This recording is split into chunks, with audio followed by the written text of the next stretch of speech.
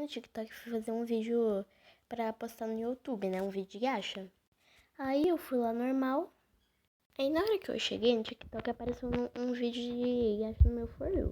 Aí eu fui ver, né? Que tava passando os perfil lá e tal. Não tô de sacanagem, vocês não acreditam no que eu vi. Olha isso. Eu fiquei tipo, mano, como assim? Como assim? Vocês que fizeram essa conta estão felizes por aparecer no YouTube? Por aparecerem aqui falando assim que o gacha é lixo? Sendo que tem a maioria de comunidade que tem aqui no YouTube é de gacha? E tipo, gente, eu não tenho nada contra com quem não gosta de gacha e com quem gosta de gacha. Não tem nada contra. Mas tipo assim, quem não gosta de gacha e não fala nada, tudo bem. Aí tudo bem.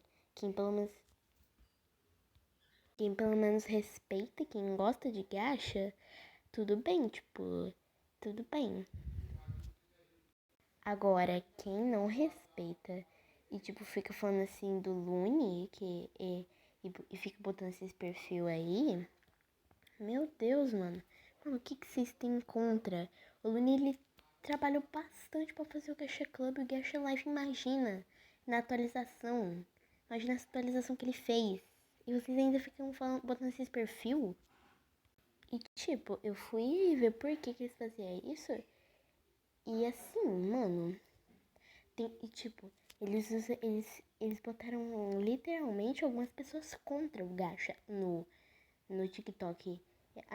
Botaram poucas pessoas contra o gacha no TikTok. Só que essas poucas pessoas ainda ficam julgando as pessoas que gostam. Então, né? E tipo, eles usaram um monte de hashtag pra fazer as pessoas ficarem contra. Aí eu decidi fazer um vídeo no TikTok. Eu não vou mostrar pra vocês porque eu não tô podendo mandar, porque eu acabei de postar o vídeo. Mas aí, se eles excluírem a conta por causa desse vídeo ou de mais vídeos falando sobre eles, aí vai ficar ok, né? Aí vai ficar tudo beleza. Porque aí eu vou excluir o vídeo que eu fiz falando deles. Eu vou excluir o vídeo que eu fiz falando deles, falando assim, pra falarem assim pra eles parar e fica tudo ok, não acaba essa treta.